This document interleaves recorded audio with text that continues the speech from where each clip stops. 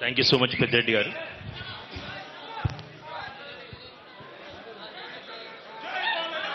మీ అందరి అభిమాన నాయకుడు, అభిమాన నటుడు, మన నందమూరి వారసుడు నటసింహం బాలయ్య గారి హిందూపూర్ శాసనసభ్యులు, తెలుగు వారు గర్వించదగ్గ బిడ్డ, తెలుగు జాతి ప్రతిష్ట ప్రపంచ వ్యాప్తంగా ప్రపంచ నలుమూలలా అన్న ఎన్టీ రామారావు గారు కీర్తి పథకాన్ని తీసుకెళ్తే 2000 సంవత్సరాల చరిత్ర కలిగినటువంటి కరీంనగర్ జిల్లా చరిత్రను ప్రపంచవ్యాప్తం చేసినటువంటి ఏకైక వ్యక్తి మన నందమూరి నటమూరి బాలయ్య గారు.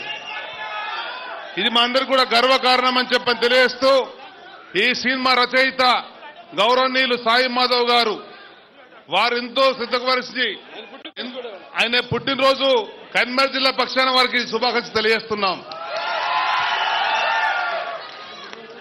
ప్రొడ్యూసర్ శ్రీ శ్రీనివాస్ గారు, రాజీవ్ రెడ్డి గారు, సాయిబాబా గారు అందరూ కూడా ఎంతో శ్రమ కోర్చి ఈ రోజులలో ఒక సినిమా తీయాలి, పెట్టుబడి పెట్టాలంటే ఎంతో ఆలోచించేటువంటి రోజులలో మన యొక్క బాలయ్య గారి ప్రోద్బలంతో బాలయ్య గారికి వచ్చే రెమ్యునరేషన్ కూడా తక్కువ చేసుకుని శాతకర్ణి ప్రతిష్ట పెరగాలని చెప్పినటువంటి మొట్టమొదటి నటుడు.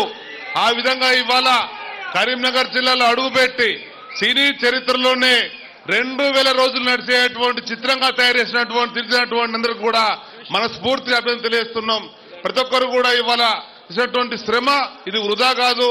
కరీంనగర్ జిల్లా చరిత్ర, పాత జిల్లా చరిత్ర ప్రపంచవ్యాప్తంగా తీసుకెళ్లేటువంటి మీ అందరినీ కూడా మనస్ఫూర్తిగా జిల్లా పక్షాన్ని అభినందన తెలుస్తూ, శ్రీ బాలయ్య గారు మరి మనందరూ ఉద్దేశించి వాస్తవంగా ట్రైలర్ చూస్తుంటుంటే ఒళ్ళంతా కూడా గగురు పడిపోయేటువంటి పరిస్థితి. అంటే మన జిల్లాలో పుట్టినటువంటి గౌతమిపుత్ర శాతకర్ణి ప్రపంచంలో ఉండేటువంటి ఆంగ్లేయులు ఈ దేశానికి అఖండ భారతానికి వస్తే తరిమి కొట్టినటువంటి చరిత్రను బయటచ్చినటువంటి వారందరికీ కూడా మనస్ఫూర్తిగా తెలియజేస్తూ వారిని మరి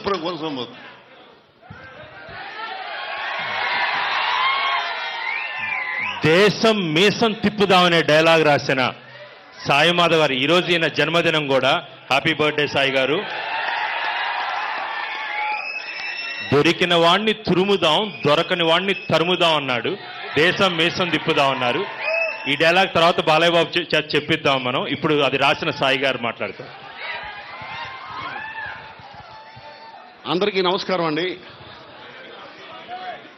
నేను ఎక్కడో గుంటూరు జిల్లా తెనాల్లో పుట్టాను, ఎక్కడో హైదరాబాద్లో బతుకుతున్నాను. కానీ నా బతుకంతా గుర్తుండిపోయే పుట్టినరోజు ఇలా కరీంనగర్లో జరుగుతుందని నేను ఎప్పుడూ అనుకోలేదండి. బాలకృష్ణ గారి సినిమాకి రాయాలి అని కృష్ణ గారు నాతో చెప్పినప్పుడు నేను నమ్మలేకపోయానండి. నా జీవితంలో ఇలాంటి గొప్ప అవకాశం ఇంత తొందరగా వచ్చిందా? రాసే ముందు ప్రతి క్షణం నేను అనుకుంది ఒకటేనండి, నేను రాస్తుంది ఒక సినిమాకి కాదు, ఒకేసారి 100 సినిమాలకి, కోటాను కోట్ల మంది అభిమానులు పెట్టుకున్న ఆశలకి నేను డైలాగ్ రాస్తున్నాను. ప్రతి తెలుగువారు గౌతమిపుత్ర శాతకర్ణి మీద పెట్టుకునే ఆశలకి, నమ్మకానికి నేను డైలాగ్ రాస్తున్నానని గుర్తు పెట్టుకొని ఒళ్ళు దగ్గర పెట్టుకొని భక్తులతో ప్రతి అక్షరం రాయడానికి ప్రయత్నించానండి. ఇది నా మార్గదర్శి కృషి గారు నాకు ఇచ్చినటువంటి కానుక. నేను నందమూరి తారక రామారావు గారి పిచ్చిలో బతికానండి. ఆయనంటే నా రక్తంలో అణువు ఆయన మీద అభిమానం ప్రవహిస్తూ ఉంటుంది. ఆయన భక్తుడిని నేను. ఆయనకి రాసే అవకాశం రాదు. బాలకృష్ణ గారికి డైలాగ్ రాస్తున్నప్పుడు నేను రాసిన డైలాగ్ చెప్తూ ఉంటే నాకు రామారావు గారు మాట్లాడుతున్నట్టు కనిపించిందండి. ఆయన చెబుతున్నట్టే ఉంది. ఎన్నోసార్లు గూజ్ బంప్స్ వచ్చాయి, కళ్ళ మంచి నీళ్లు వచ్చాయి. ఇంత గొప్ప అవకాశం నాకు ఇచ్చినటువంటి కృషి గారికి, నిర్మాతలు రాజీవ్ రెడ్డి గారికి, బిబో శ్రీనివాస్ గారికి, సాయిబాబు గారికి అందరికీ కూడా నా జీవితాంతం రుణపడి ఉంటానని మరీ నేను చెప్పుకుంటున్నానండి. ఈ సినిమా ప్రతి తెలుగువాడికి నచ్చే సినిమా అవుతుంది. ప్రతి తెలుగువాడు సగర్వంగా చెప్పుకునే సినిమా అవుతుంది. There is no doubt. Thank you sir. Thank you.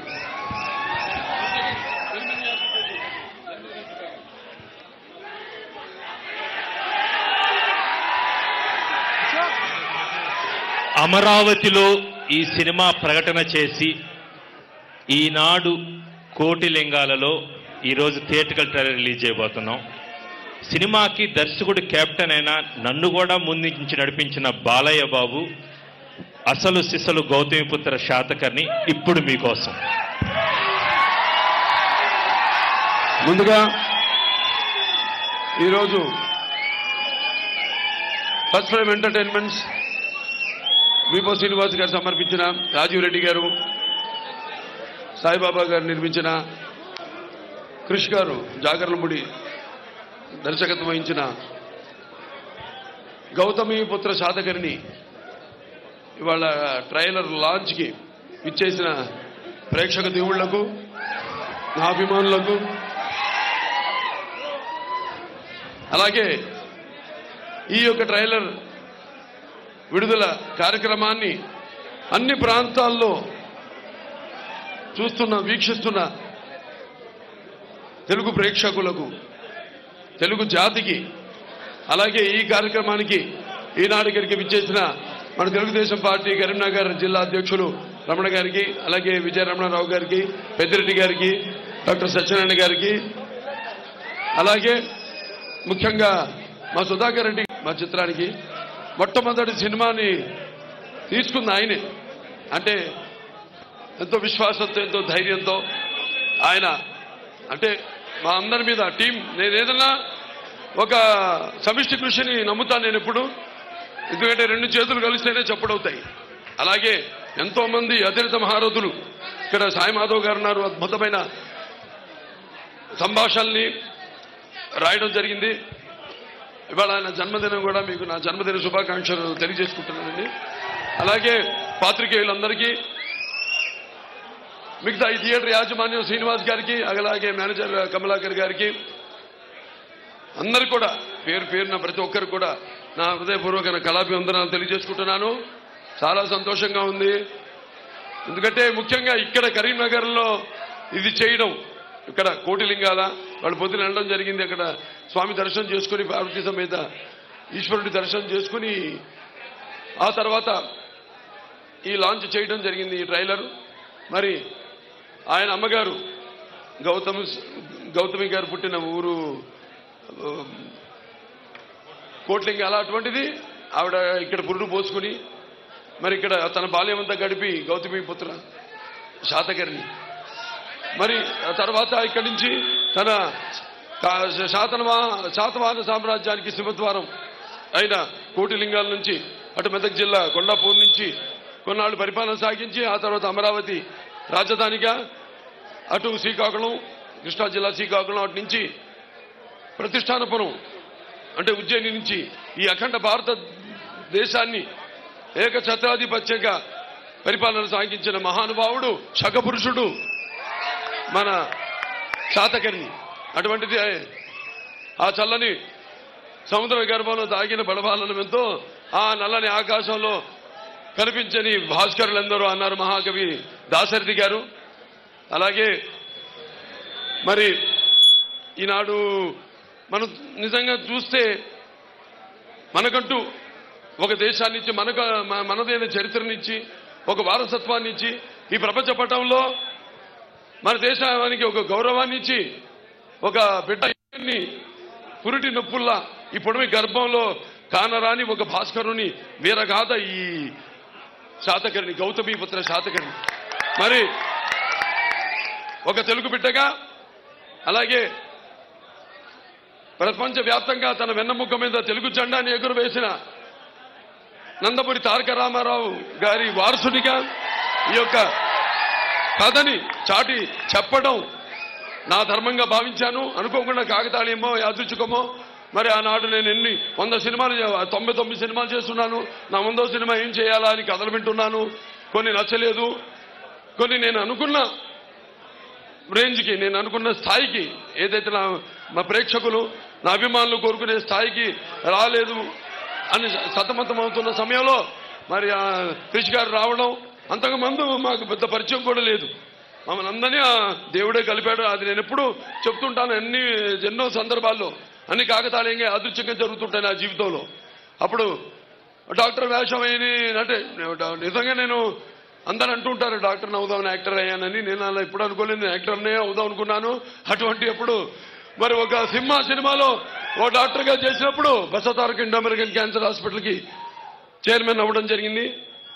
అలాగే శ్రీరామరాజ్యం చేయడం, అటు ఒక లెజెండ్ సినిమా చేయడం, ఆ తర్వాత హిందూపూర్ శాసనసభ్యుడిగా నేను ఎన్నిక కావడము, అలాగే ఈ 100వ సినిమా ఏం చేయాలా అని నాలో నేను సతమతమవుతున్న సమయంలో రావడం, ఆ చిత్రాన్ని అడగడం వెంటనే ఇక వెనక. ఎందుకంటే చారిత్రాత్మకంగా ఆయన గురించి మన దురదృష్టం ఏంటంటే చాలా తక్కువ చరిత్ర ఉంది ఆయన గురించి. ఎందుకంటే అప్పటికి ఎప్పుడు శంఖపురుషుడు అన్నానంటే ఈ జంబూద్వీప కాలమాన పట్టికలో ఆయన ఎప్పుడైతే సింహాసనాన్ని అధిష్ఠించాడో అప్పుడే మనకి ఆ రోజే ఉగాది పండుగను మనం జరుపుకుంటాం. మన రాష్ట్రాల్లోనే కాదు, మన ఆంధ్ర తెలంగాణ రాష్ట్రాల్లోనే కాదు, యావత్ భారతదేశంలో మహారాష్ట్రలో గుడిపాడవ అని, అలాగే మణిపూర్లో, లేకపోతే విదేశాల్లో కూడా మారిషస్, బాలి దీవుల్లో కూడా ఈయన పేరు చెప్పుకునే శాతవాహన శకం అని చెప్పుకుని బయలుదేరుతారు. నాకు తెలిసింది 3 శకాలు. ఒకటి శాలివాహన శకం, రెండోది స్వతంత్ర పోరాటం, మనకు స్వాతంత్రం సిద్ధించడం, మూడోది నాకు తెలిసింది ఎన్టీ రామారావు గారు రాజకీయాల్లోకి ప్రవేశించడం. మరి రామారావు గారు ఎన్నో మరి వెనకబడిన 9 మాసాలకే పార్టీ పెట్టి 9 మాసాలకే అధికారంలోకి వచ్చి మరి ఈ అధికారంలో ఉన్న పదవులకు దూరంగా ఉన్న బడుగు బలహీన వర్గాల వెనుకబడిన తరగతులు, అలాగే మైనారిటీలందరూ కూడా చేయూతనిచ్చి వాళ్ళని అధికార పీఠం మీద కూర్చోబెట్టిన మహానుభావుడు నందమూరి తారక రామారావు గారు. మరి ఇక్కడ తెలంగాణ జిల్లా, ఇది తెలంగాణ రాష్ట్రానికి వస్తే అప్పుడు ఉమ్మడి రాష్ట్రంగా ఉన్నప్పుడు ఆయన చేసిన ఎన్నో సంస్కరణలు. ఇక్కడ పోలీస్ పటేల్ పట్వారీ ఈ యొక్క వ్యవస్థను నిర్మూలించడం, మాండలిక వ్యవస్థను తీసుకురావడం, అలాగే 610 జియో దాని ద్వారా ఇక్కడ స్థానికులకి ఎక్కడ వాళ్ళకి అక్కడే ఉద్యోగాలు కల్పించే అవకాశం ఇవన్నీ కల్పించడం జరిగింది. మరి ఈరోజు ఇటువంటి చిత్రాన్ని చేసినందుకు నిజంగా అద్భుతం, ఒక అనిర్వచనీయమైన అనుభూతి, ఆనందం మాటల్లో. అంటే ఇప్పుడు మీరు చూసే ట్రైలరు, నేను కూడా ఇదే మొదటిసారి చూడటం ట్రైలర్ని. అందుకే నా ప్రేక్షక దేవుళ్ళ మధ్యలో కూర్చుని ఈ యొక్క ట్రైలర్ని చూద్దాం అని మరి నాన్నగారు ఆనాడు నిర్వచనం ఇచ్చారు. ప్రజాస్వామ్యానికి కొత్త నిర్వచనం ఇచ్చారు. అలాగే ప్రజల దేవుడు, సమాజం దేవాలయం, నేను అందులో అర్చకుండని. మరి ఆ మహానుభావులు ఎన్టీఆర్ అంటే అందరూ అనుకున్నట్టు కేవలం నందమూరి తారక రామారావు గారిని మాత్రమే అనుకోను. ఎన్నంటే నటనాలయం, ఆయన ఇల్లే ఒక నటనాలయం. అందులో ఆయన నటరాజ నరసింహుడు. టీ అంటే తార మండలంలోని తారక ధ్రువతారకుడు. ఆర్ అంటే రాజర్షి, రారాజు, రాజకీయ దురంధర యుగంధరుడు, రమణీయ రమ్య